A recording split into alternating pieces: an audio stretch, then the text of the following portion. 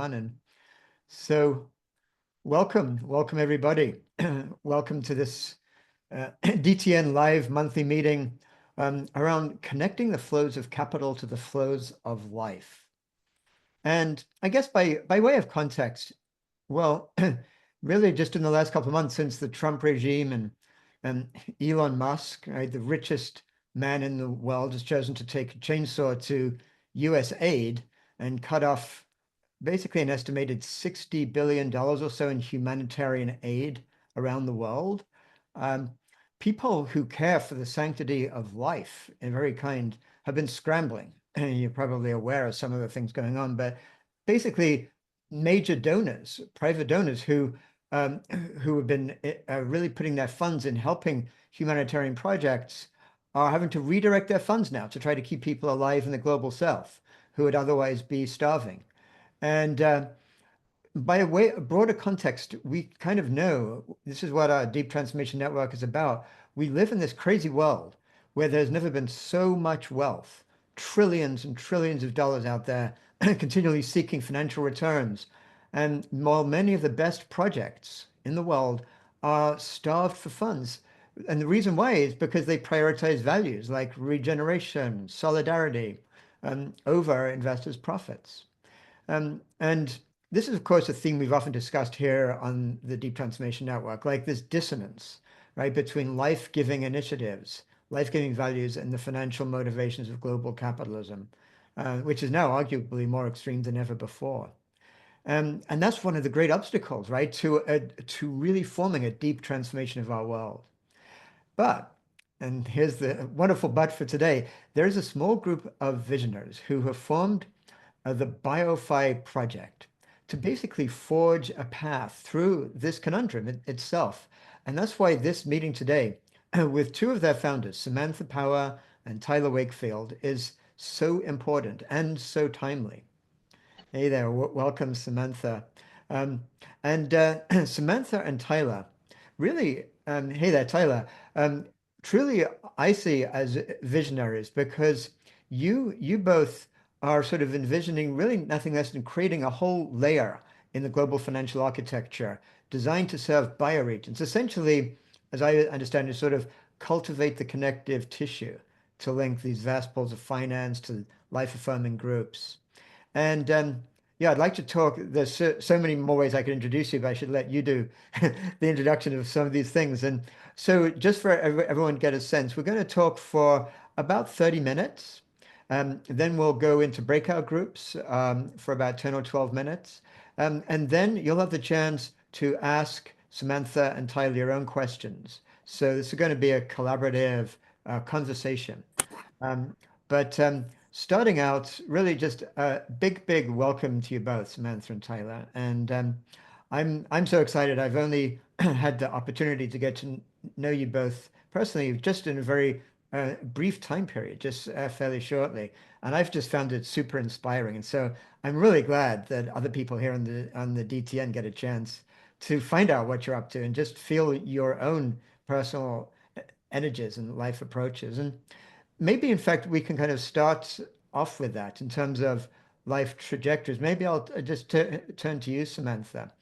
And maybe if you could just share with us, before we even start talking about the BioFi project itself, tell us your life went through a very interesting arc. And maybe you could just sort of give us a sense of where you came from and how you came to this sort of vision, this like awakening to what this thing that may be truly possible in the world. Awesome. Thank you, Jeremy. Thank you so much for inviting us to be here today with your wonderful community, and great to see more than 100 people on the call. Amazing. Love the enthusiasm for this topic. And yeah, so much to discuss, as you've said, Jeremy, in this moment. There's just so much collapsing and being born. And yeah, each day brings really dramatic changes, and Tyler and I are definitely holding the potential for a lot of the destruction right now to create space for true biocultural regeneration. And Yeah, with that, happy to tell you a little bit about what led me to this work. So I identify these days as a regenerative economist and studied traditional neoclassical economics in undergraduate and graduate school, and spent some time in Southeast Asia shortly after college, working in business and economics and international policy, and started to fall in love with the rainforest there and was witnessing the destruction of that rainforest and how Western capitalist forces were playing a role in that and not taking responsibility for the preservation of the amazing intelligence in that place, and moved to DC after that to study international relations and international economics, and began studying then a decade ago how we change where money is flowing so that it can support life, and began research at that time. Worked briefly in the US Treasury Department right after we got the Paris Agreement and was looking at how to design a global financial architecture that aligned with the vision of the Paris Agreement. Then I ended up at the World Bank, where I worked for more than 5 years on developing the nature finance agenda there, and spent a Mhm. lot of time looking at the risks of the current economic system and how it was destroying the biosphere and all the different layers of risks that that destruction created, and was spending time making recommendations to finance ministries and central banks and institutional Wow. investors Mhm. about how we can redesign the financial and economic system so that it starts to move away from this destruction and starts to fund regeneration.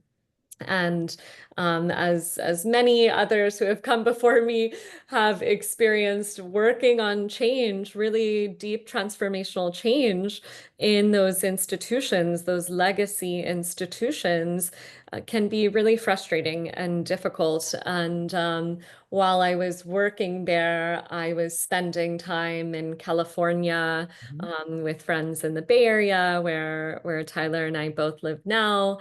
Was spending time at Esalen, was starting to experiment with psychedelics. I've also been deeply influenced by Eastern spiritual traditions, and I really resonate with Friedrich Capra often talks about bringing Eastern spiritual traditions and what he learned from psychedelics to his work in physics. And I felt Mhm. like I was trying to do that in the space of economics and finance. And Mhm. eventually the World Bank was not the place to do that anymore.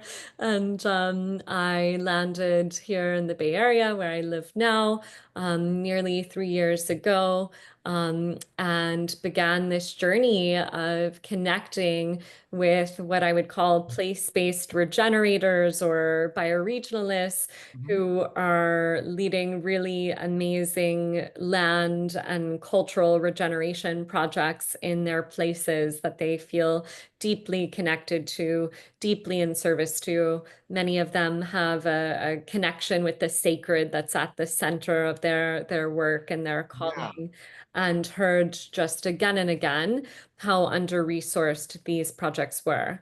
And simultaneously, I was witnessing this wave of capital that my research and my team's research at the World Bank had helped to catalyze, of Yeah. funds committed to investing in nature regeneration, right? And so it's like, every week there's a new nature fund. And meanwhile, all of these projects that are doing what I believe is some of the most important work in the world on the Mhm. ground are not receiving, even the bare minimum that they need to do their work, let alone scale to the level needed to address the ecological crisis and the Yeah. meta crisis that I was becoming more and more deeply familiar with. And so it became quite clear to me that there's a new layer in the global financial architecture that is needed if we are going to avert the sixth mass extinction. And that layer needs to serve as connective tissue, as you have very appropriately said, Jeremy, between increasingly concentrated financial resources. And of course, that's what capitalism does, is it concentrates those resources more and more over time. And this decentralized mycelial web of regeneration that is happening around the world that is often kind of hard to see, right? It's under the soil, it's happening, and all of life depends on it.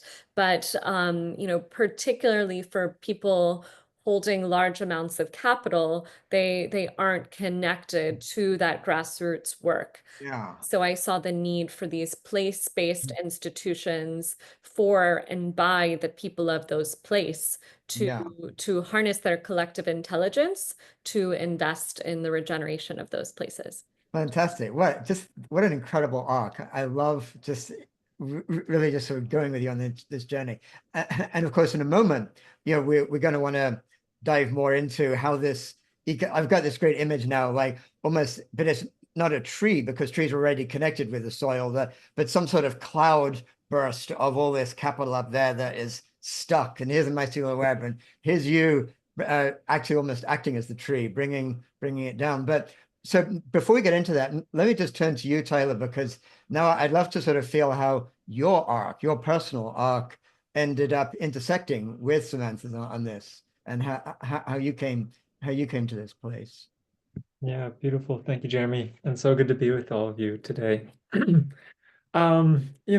a wild, long story, but I think the essence of it is um, a sense of ever since being quite young and seeing Al Gore's Inconvenient Truth that my dad took me to when I was just a boy, really starting to think systemically and be engaged in systems thinking before I even knew that was like a category of thinking. For me, that was just thinking well. And then getting into a university that generally was aligned with the neoliberal project and feeling really dissatisfied with the answers I was seeking around what are we going to do in this civilizational moment of crisis. And, you know, emerging from that experience and emerging into a really dissatisfying job in the clean tech sector out here in the Bay Area, Mhm. a number of events, both climactic with the release of the 2019 Intergovernmental Panel on Climate Change report, really stating how grave this moment is back then, living through several wildfire seasons in the Bay Area, and then living through the death of my brother, who died of suicide. There was a lot of grief that I was fortunate to be able to dive right into. And I think that grief mixed with this systemic curiosity kept bringing me back and back again to this question of money, to this question of resource flow, and found my way suddenly enveloped in a global project that called itself Seeds.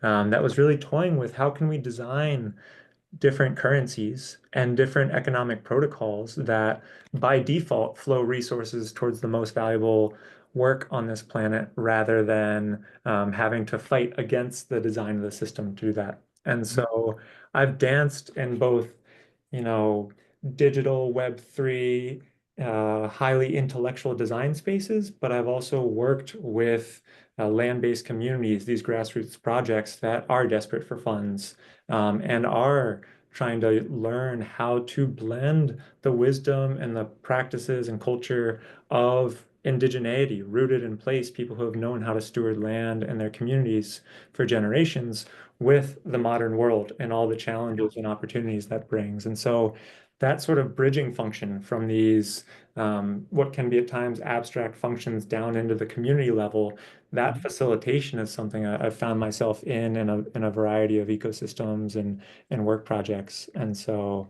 I think the attraction to this project and the resonance we felt together with Samantha and I is a sense of we're both approaching that bridge and perhaps Samantha is coming from a deep, rich experience in that institutional realm, knowing the challenges of that, knowing the motivations of a lot of capital holders right now, and me having a lot of experience with grassroots projects and knowing the governance challenges those sorts of projects and communities have, that often they're not ready just to receive massive sums of money. Yeah. There's a lot of work there to ensure trust and ensure that decision making is aligning with the intelligence of place. Yeah, and that's what I want to hear more about right now. And what was coming through to me in what you were saying, Tyler, is so much of it is about these connecting sort of what are usually siloed places in our world. Like, so this way of connecting technology with the actual Earth-based systems, and Samantha connecting finance with the groups that are, where finance is not necessarily even a part of what they're actually thinking about, but they need so badly. And this whole notion of integration, this notion of really part of what I think deep transformation is about, at least, is actually integrating some of these different parts into a more coherent whole towards that, which is what I feel is so exciting about what you're doing. So maybe let me turn back to you, Samantha. And probably at this point, I bet most people are going, well, this all sounds good, but what the hell is a bioregional financing facility? What's it doing? Why is it new? What's it? So do you want to take us through that a little bit? What the initiative is really envisioning offering and doing? Sure, that sounds good. And yeah, first, I just want to speak to the fact that, as you've mentioned, Jeremy, this work is deeply transdisciplinary. And both Tyler and I, we've done different things. We've been in different kind of sectors, and we work with Indigenous communities on the ground. We work with multilateral institutions and investors, and we're trying to create the connective tissue that's needed to, as the topic of this event said, connect the flows of capital to the flows of life. Mhm. Um, and yeah, I'll share my screen briefly and just go through a few Sure. slides that will help me describe what it is we're doing here. So first, I want to define a few terms for your audience because they might not yet be familiar with this term bioregion, but I would say particularly in this moment we find ourselves in, where our nation state in the United States is, rapidly becoming something that we are less and less interested in being a part of. Now is a great time to learn more about bioregionalism and bioregions. So we define a bioregion as a geographic area defined by hard lines, soft lines, and human lines, or the physical characteristics of the land, its ecological characteristics, and the cultural characteristics of the people and more than human life living in that place. And of course, all of their interconnections. Uh-huh. So it's a different way of mapping, of drawing boundaries, although these boundaries are quite a bit softer than political boundaries because they're really Yeah. usually ecotones and they're overlapping. Mhm. And bioregionalism is a philosophy that advocates for societies to be organized around these bioregions where economic activity, ecological management, and governance align with the region's natural systems and cultures. And so we believe that bioregions are the natural units of place-based regeneration that enable the interweaving of life's flows across species, physical territory, and the cultural meanings of place. Mhm. And I wanted to design financing facilities that serve the regeneration of bioregions and empower bioregions even within a nation state system that is collapsing sometimes under its own weight. So I will skip to this slide here. I really like your cloud metaphor, Jeremy, but we haven't been quite that clever yet. But we do have this tree diagram that shows bioregional financing facilities as the intermediaries or connective tissue between these increasingly concentrated pools of financial resources. And we look at financial resources from public and philanthropic grants to impact investment capital, to donations from individuals, to revenue from companies, and connect those resources to regenerators. So, these can be indigenous communities, permaculture communities, landowners, anyone who is invested in the project of biocultural regeneration. And we're very clear that culture and ecological regeneration are deeply intertwined. And so we don't aim to separate out those two. And there are three objectives that bioregional financing facilities have. They aim to drive the decentralization of financial resource governance, which we believe is really critical to serve that decentralized regeneration and to connect with the collective intelligence of a place. They also organize synergistic portfolios of projects. So what Tyler was speaking to, often on the ground there are governance challenges, there's a lack of trust, and we really believe that there's a need to bring people together across the bioregion to develop and envision a strategy for regenerating that place and have really ambitious goals around that, and then to organize synergistically portfolios of projects and enterprises that can serve that regeneration. And then the bioregional financing facility can match make financial resources and the appropriate projects. And then every dollar that flows through a bioregional financing facility, or BFF as we call them, is meant to catalyze the transition to a regenerative economy. So it's not just about, the success of a particular project or even a portfolio of projects, but it's about investing in an economy that is more regenerative, more place-based, more circular, more sovereign over time, and is less embedded in increasingly fragile and deeply extractive global supply chains. Yes, yeah. And so this is the next part of our framework. I won't go into all the details of it, but in the book, we lay out these 12 attributes of bioregional financing facilities. And the most important one is that they aim to align with living systems principles and indigenous wisdom, right? So Jeremy, something that's been deeply interwoven into all of your work, it's that there are these principles of how life works. And there's the potential, and I would say the necessity in this moment that we start to design financing facilities and deploy capital in alignment with those living systems principles, rather than trying to override them as our current economic system does, pursuing infinite growth and double-digit returns on every investment. And there are a few more things here. The BFF aims to serve long-term regeneration, right? As opposed to most finance, which is focused on very short time horizons. This is focused on a 20, 50, 100-year strategy for regeneration. It has deeply participatory governance. It works to shift power imbalances between capital and regenerators. It enables empowered participation. There's an integrated capital structure, so you're mixing philanthropic capital with return-seeking capital. And there are a few more that I won't cover right now because I want us to have more time for Q&A. But I want to show the 4 templates of bioregional financing facilities that we lay out in the book. These are just 4. There could be more of them. We've gotten a request to develop a proposal for a bioregional insurance company, so maybe that will come next. But these are kind of the building blocks for building a bioregional regenerative economy and bringing in capital from an economy that is not aligned with these principles, and kind of composting it and putting it in service to growing something that serves life.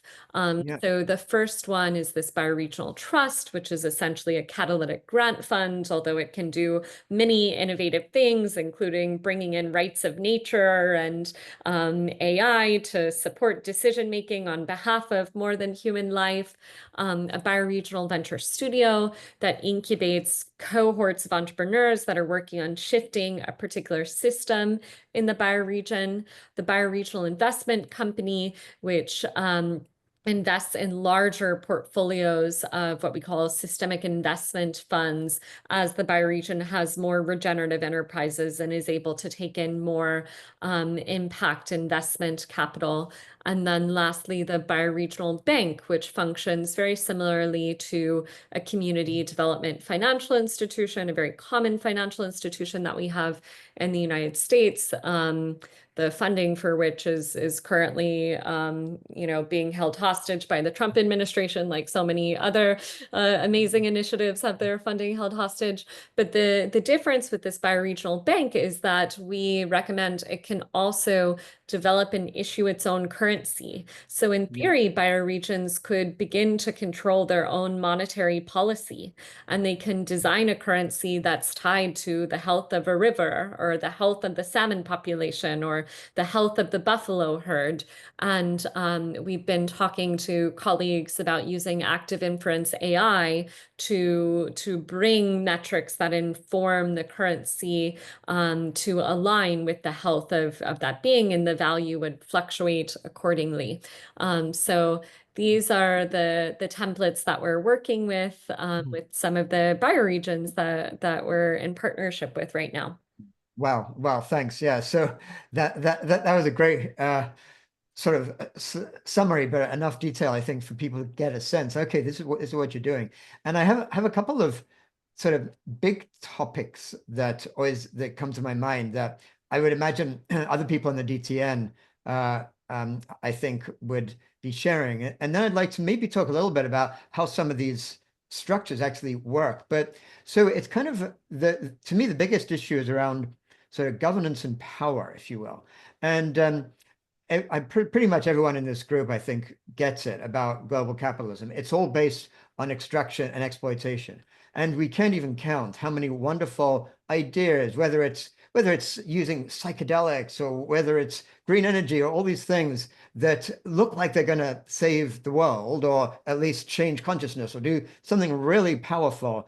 And then global capitalism comes in with a big smile on an attractive face going, yeah, we want to really do good too. And we'll invest in it. And don't worry, we'll be hands off and all this stuff. And of course, the more successful it is, the more it gets sucked into what I call it in the book I'm writing, Wendigo Incorporated. Basically, people know Wetico Wendigo, the mythical North American creature that more it eats, the more it's got to eat until it like destroys everything. And that's basically global capitalism. So the question is, how can you structure things so that the governance truly gets distributed and capital is attracted, but it doesn't end up sort of whatever corroding or taking over? So love to just hear more about that. Yeah, this is a key question, and Tyler and I are deep in reflections around governance right now, including with our cultivator community, which we can tell you a little bit about. But yeah, Tyler, I'd love for you to come in, but maybe I'll just quickly say that we envision bioregional financing facilities and bioregions as having a sort of membrane where when capital or other resources pass through it, they are engaging in a power shift, right? Where they're giving away some of their power, some of their control in an acknowledgement that the way that we're currently doing things, the way the financial system and the economic system is currently structured is not working, and they're interested in engaging in a new experiment that empowers the collective intelligence of place to guide where that capital flows. So, there does need to be a bit of a protective layer around this experiment that is, the creation of a bioregional economy for it to succeed. And of course, there's no fully escaping the Malachian economy, as we often call it, right? It's everywhere, and the bioregional economy is certainly going to interact with it and be embedded in it. And we've thought a lot about how permaculture design principles can inform the design of bioregional financing facilities. And in permaculture, you often talk about the wild energies flowing through the space, and you can channel them, you can open to them, or you can block them. And so we think about the forces that come through the bioregional economy and how to work with them thoughtfully, and often thinking about Aikido and how to move with them in a way that serves the regeneration of that place. And of course, that's quite hypothetical, but in reality, this is all deeply contextual, and we lean on the wisdom of the bioregional teams that we are serving as Right. to how to work with those energies in their Yeah. particular place. But I'd Yeah. love to have That's Tyler. great. Yeah, well, in fact, Tyler, let me turn to you right now on exactly the topic that Samantha raised, because I know that you both have been working with specific bioregions. I know that you spent some time with this amazing pioneering bioregion that I hope we'll be able to bring on the DTN at some point to talk about it, the Amazon Sacred Headwaters Initiative. Um, and I think you're also working with Regenerate Cascadia as another bioregion. And maybe you could just share a little bit about when you're actually on the ground with the people in the bioregion organizing it. What are the kind of issues you're working with, and how are you actually beginning to take these ideas into a reality? Yeah, great question. I wanna start answering that by returning again to this definition of bioregion or bioregionalism, Mhm. and tie it into what you're asking, where I think something that's really important for us using this language of bioregion or Yeah. bioregioning or bioregionalism to work with explicitly is that in the way we hold this work, um, we're not necessarily just inviting the opportunity to look at bioregions and draw lines and say, this is what a bioregion is. We're Mhm. inviting a different way of looking and seeing and being entirely. And so it's really getting into what people call the ontological shift or onto shift. And Yeah. so I want to bring this into the answer to your question about these groups on the ground. And so first and foremost, as people are starting to cohere in some sort of bioregional identity, there's a key question of Mhm. through what sort of eyes and through what sort of ways of being are we coming to form an identity together as a bioregion? Are we doing that from a 30,000-foot view, just looking down at a geographical map and drawing boundaries? Or are we doing that through lived story and relationship with each other and the land and the more than human life in place? Because that tension is the same tension that will show up time and time and time again in this work, whether that's deciding which funding to accept from whom and under what commitments, because it invites a relational way of being and seeing.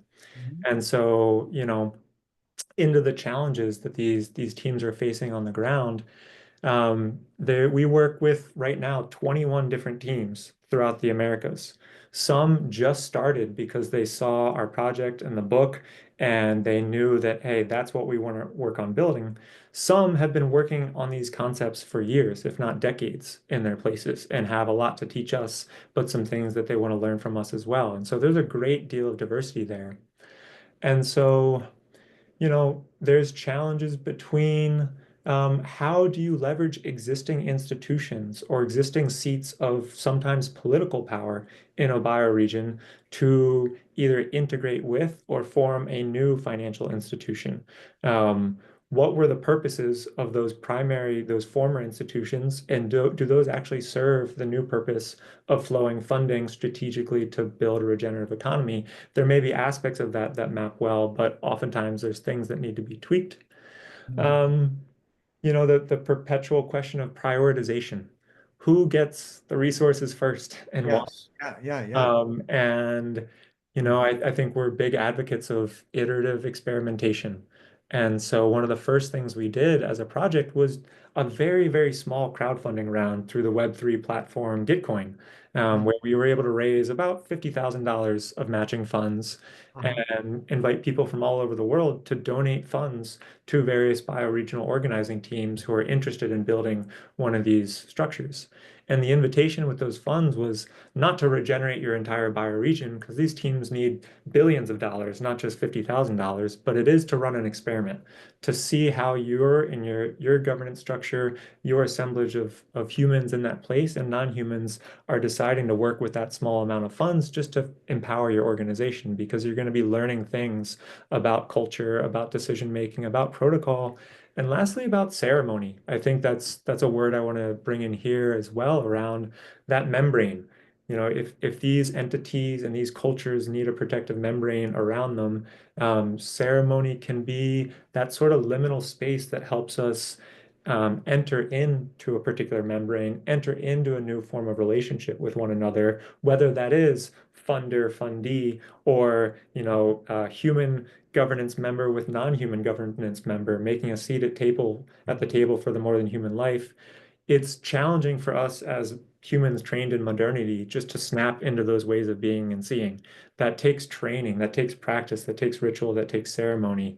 And so I think that's something I often see in these communities that are really coherent is they have lineage of ceremony, or they're learning that and they're awkwardly fumbling their way towards, a new meta-modern ceremony in this weird time between worlds that they know they need to figure out what that is for their community and their culture.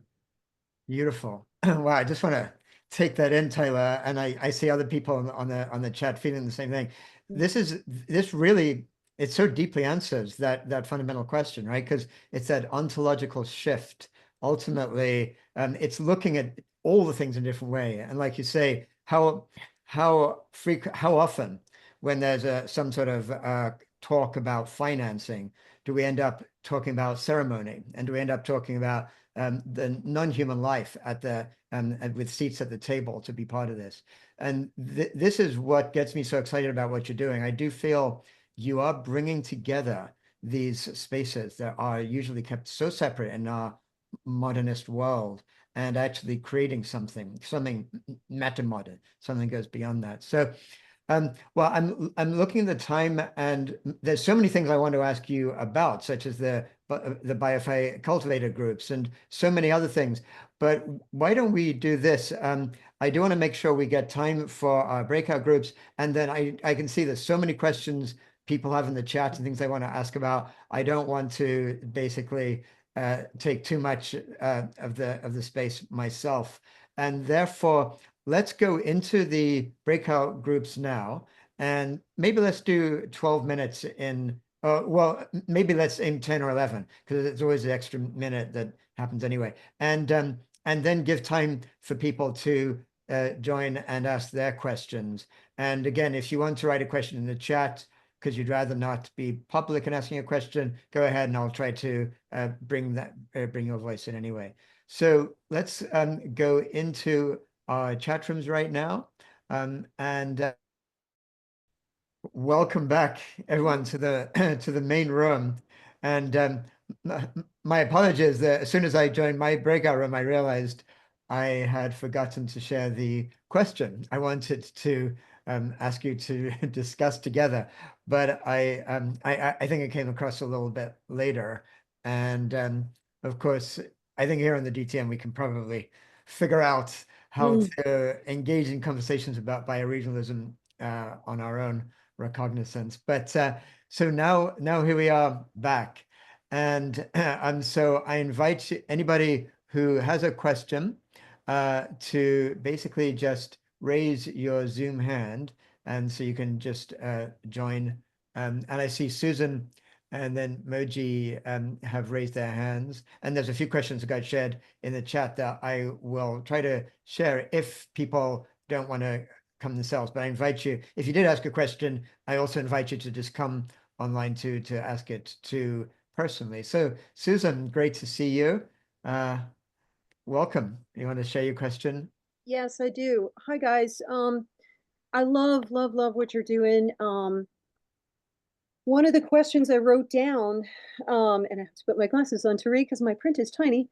What are the criteria by which you choose what bioregional groups or efforts or initiatives or individuals you want to support and work with, and how do those groups or entities come to you and apply for that support? Mm-hmm. Great. Tyler, you want to take that one? Yeah, sure. Great question, Susan. When we first launched the book and shared the website, we had a form on there that just said, are you interested in working with us in some capacity? And if so, let's try to figure out what that right fit is. And so pretty quickly we had, about 50 groups from all over the world express interest in working with us in some fashion. And this was a process for us to get to know them, but also us to get to know ourselves a little bit about what are they actually thinking that we can provide, and where do we think we have skills and resources and connections to actually support? Because many of these teams have deep wisdom and deep experience. So we ran, a pretty thorough interview process where we got to know many of these teams, really sinking into their history, to how they're organizing their vision. And that wound up leading to this selection of the cultivator program that has these 21 teams in it.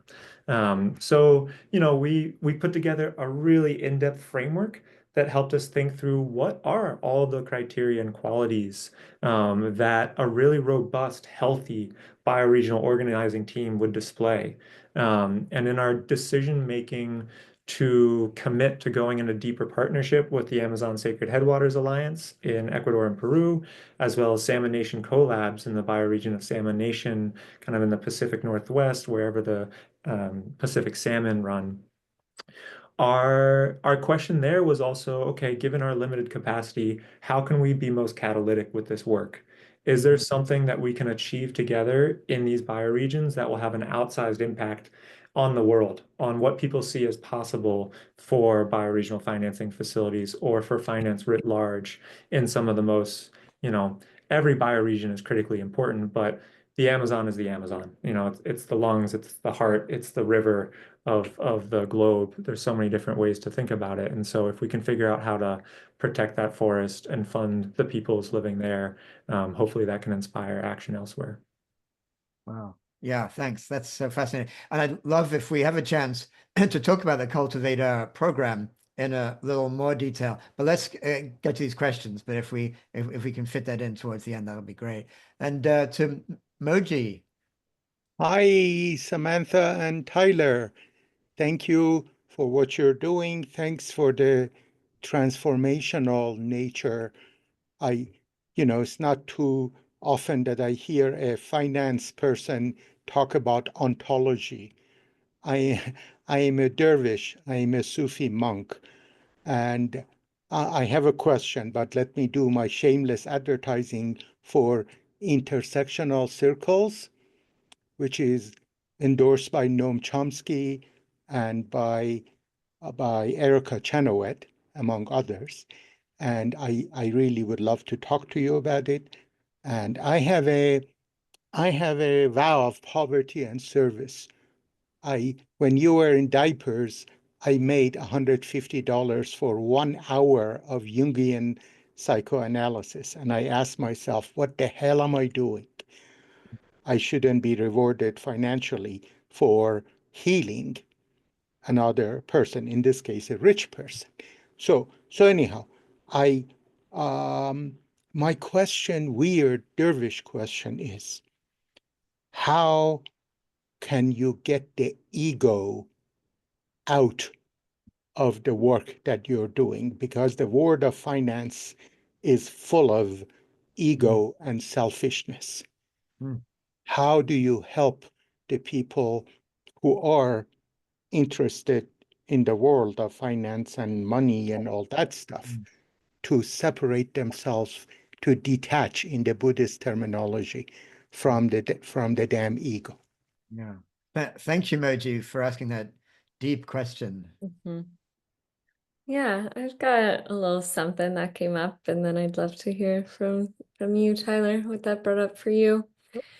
Moji, I often think about this myth of separation that is so central to the meta crisis and so many of the problems we face in the world today. That we are separate from each other, from the rest of life on Earth, from the rest of the cosmos. And to me, this is such a dangerous and destructive myth.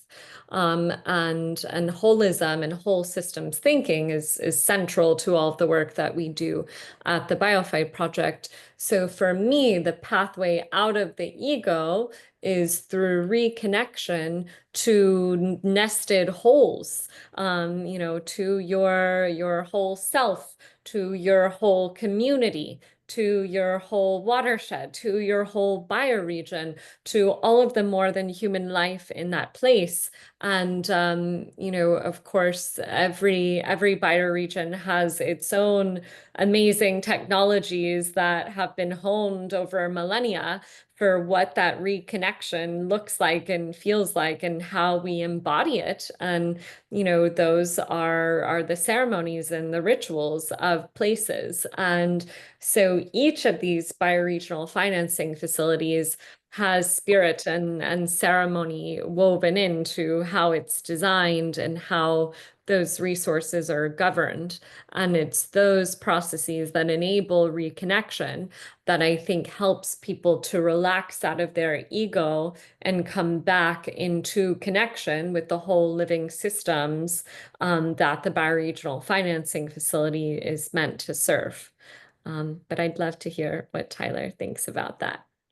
It's a massive question, and there's many people way wiser than I working on that question for thousands and thousands of years, if not much, much longer. And I know we have 1 minute, and so I'm hesitant to dive in. I think we have 15 minutes. 15 more. Oh, great. We have Okay. until 15 Oh, minutes. fun. The Well, hours. then let's see what So, happens. but we still have 8 other people Now waiting. you have to answer So it. you have to, we still have I'll 1 be minute just to I'll answer. be super brief. I'll be super brief. This came up in our breakout, that one of our principles that we encourage is work with values aligned funders. And values aligned funders are still funders that have egos, and we're still people that have egos. But one of the values there that we might be looking for is people who are actively practicing and wanting to look at that, and not needing to be convinced that that needs to be looked at. So it's really a selection of what's your target audience here that you're willing to work with and be in relationship with. Because groups can produce a group ego mind as well, and that needs to be looked at. Beautiful. Love that. Thank you. And Jerry, and then we'll turn to Ayata after Jerry. So let's hear from you, Jerry. Thanks very much. By the way, this last question around that you've been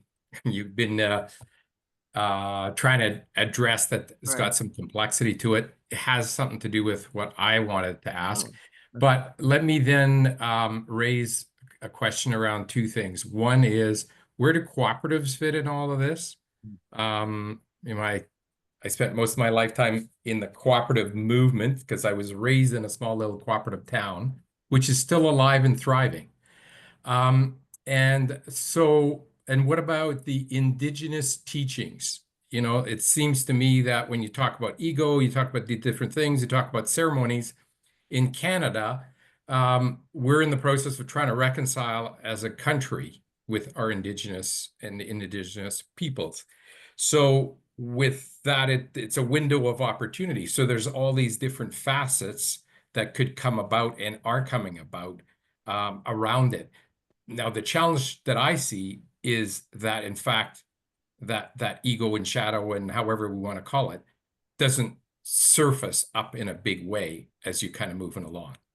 And how do you put some narratives around it? How do you work with it? So having some elders, or however you want to speak about that, or grandmothers, is kind of vital in my view, at the heart of it all, at the heart, not sort of a circle along the wheel, but at the heart. So Thank just you, my Jeff. 2 cents worth, but I'm totally open. And by the way, thanks for all the work that you're doing. We definitely need it in a big way. So thanks to both of you. And thanks, Jeremy, for setting this up. Mm.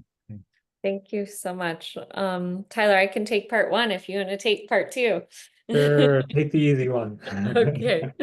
Jerry, co-ops are absolutely one of the types of regenerative enterprises that bioregional financing facilities will aim to incubate and invest in and grow and create more of. And we see them as central to the bioregional economy. And we're doing a lot of work around commons governance. How do we reinvest in and expand the commons in every part of the bioregional economy? And certainly co-owning and having workers own enterprises is a central part of that. Was there another part of that? I think that's all I need to say about that. Over Yeah, to I'll add a quick Yeah. bit on the co-ops there that, there's a diversity of co-ops out there that some have a very specific focus and some take a wider community, a community approach that's looking at many needs and value flows rather than just a particular economic activity. And so it's important to be clear on what we're talking about there. But regardless, there's probably cultural wisdom that's been developed throughout that process of forming and governing that co-op that can move directly into a bioregional financing facility getting established. Maybe they're different legal entities, maybe they're the same, but that wisdom, that learning, that trust that's been built is incredibly valuable to get rolling with. Um, I I'm actually struggling to remember like the precise question that Jerry asked around Indigenous peoples and grandmothers and grandfathers. I Do think you- What is the more role than, of an yeah, like indigenous about their wisdom? role and how central are they, Yeah. as opposed to peripheral. Yeah. What do I want to say on this? Um, there's an interesting, kind of, this question is probably one of the most delicate questions in this whole entire field and strategy, and way of working.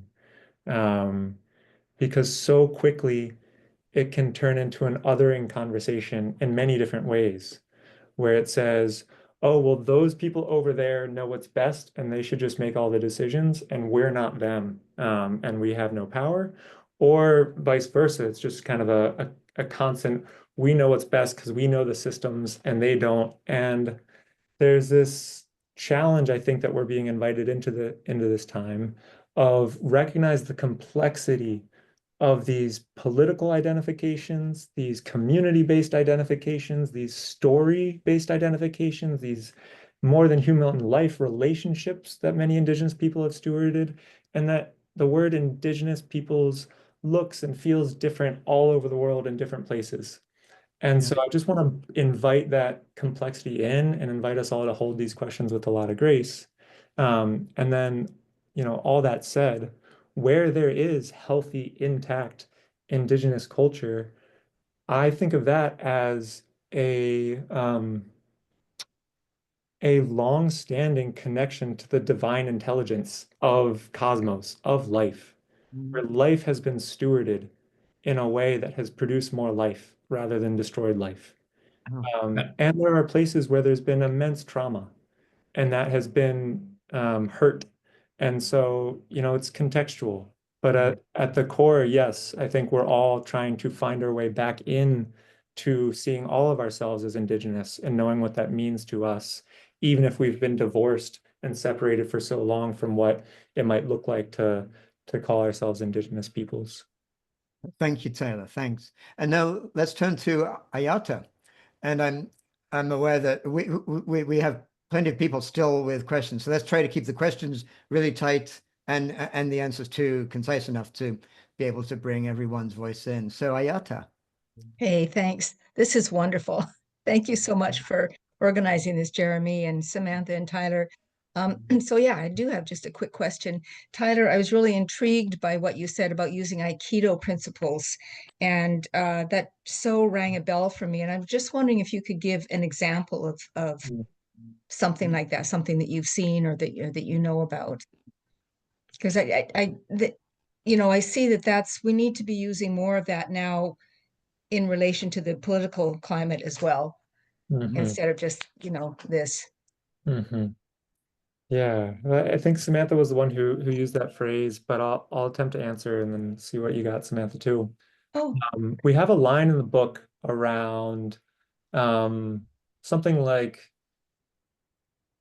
when there's conversations happening about what to do with money, a lot of people just want to be in that conversation. People see money as power, and people see those conversations as a chance to meet their needs, regardless of what those needs are.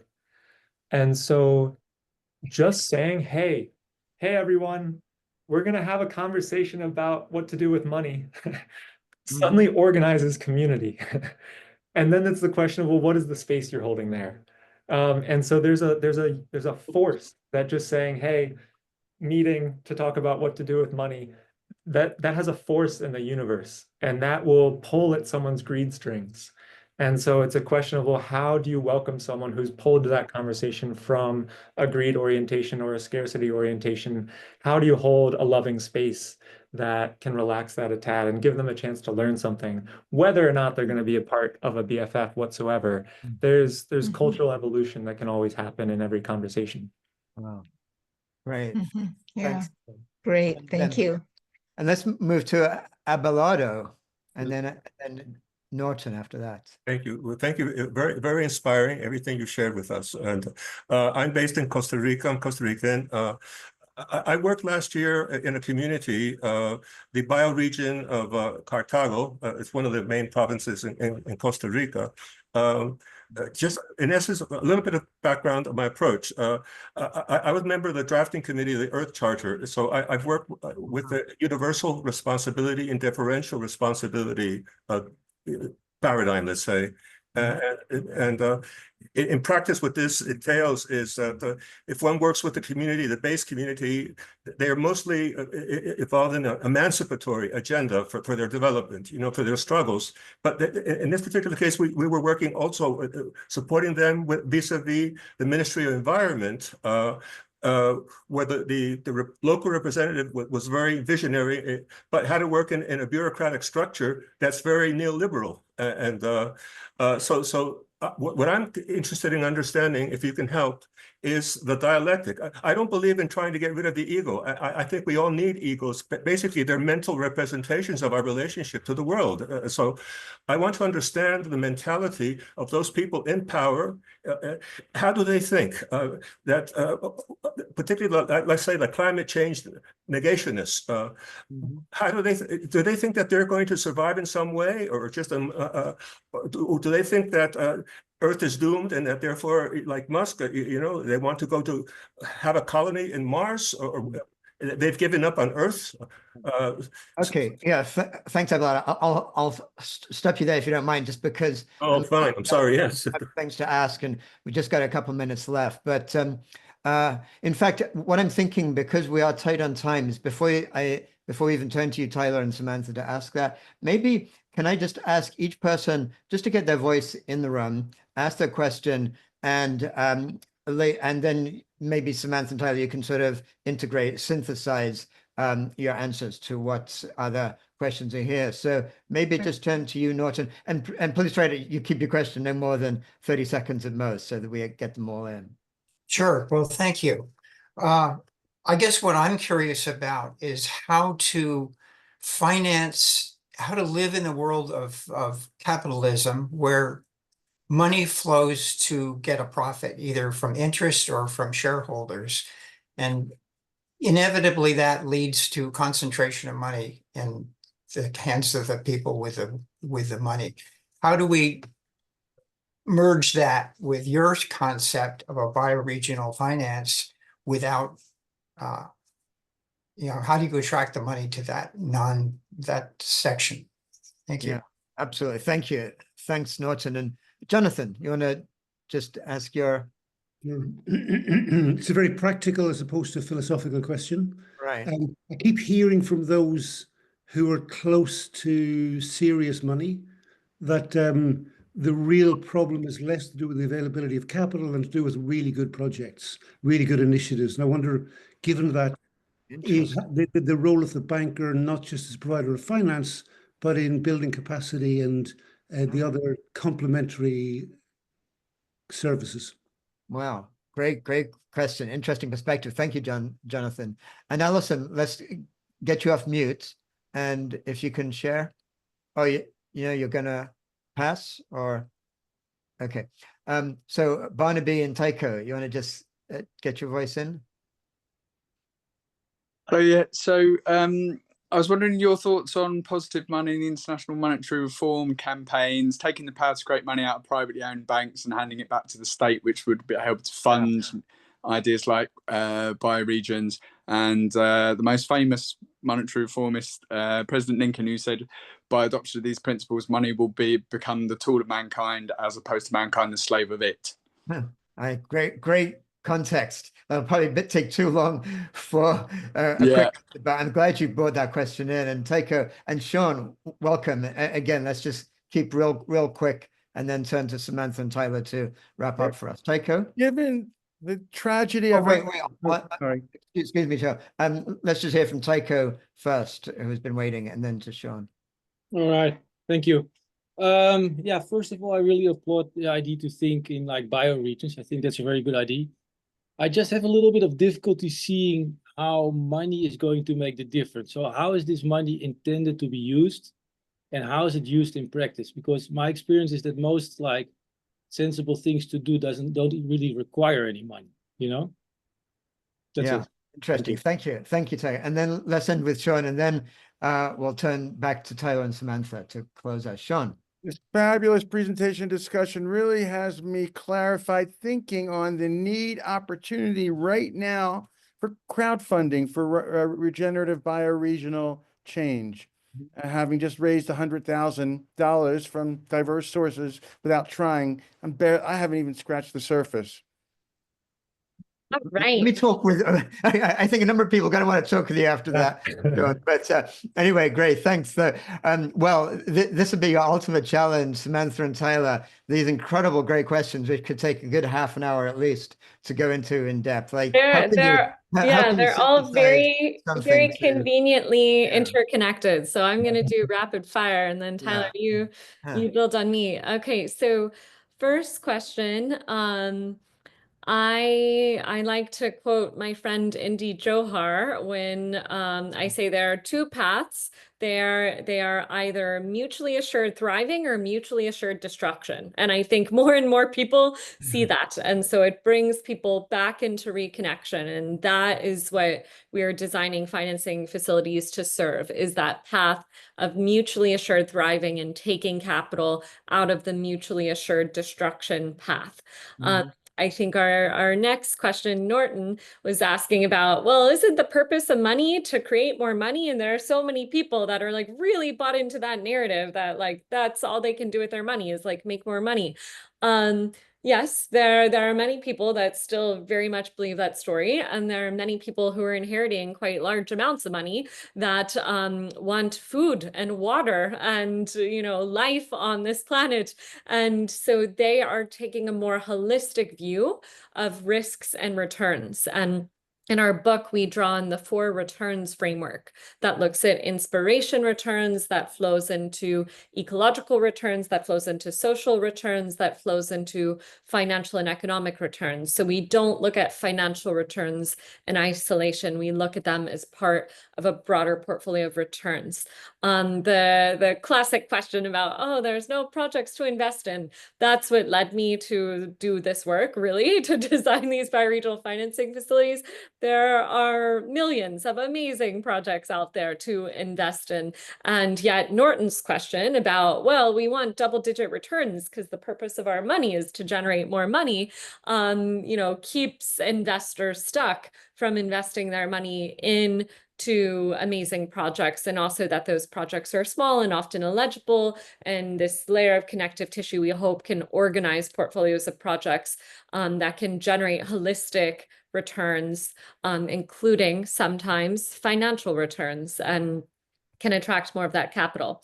Monetary reform, I haven't been following particularly the movement that you're speaking to, Barnaby, but we talk in the book about all bioregions should be able to design and create and manage their own currency systems, and this is quite central to the transition out of the current monetary system.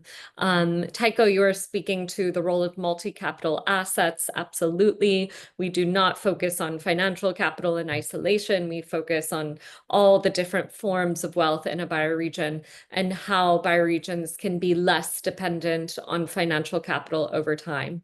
Sean, crowdfunding, yes, let's do it. We'd love to chat with you more about this. Tyler, wanna add anything I missed? Impressive. Do I have 30 seconds, Jeremy? Yeah, absolutely, Tyler. Go for it. I think we'll. I just want to go into Tycho's question, which is particularly alive for me always.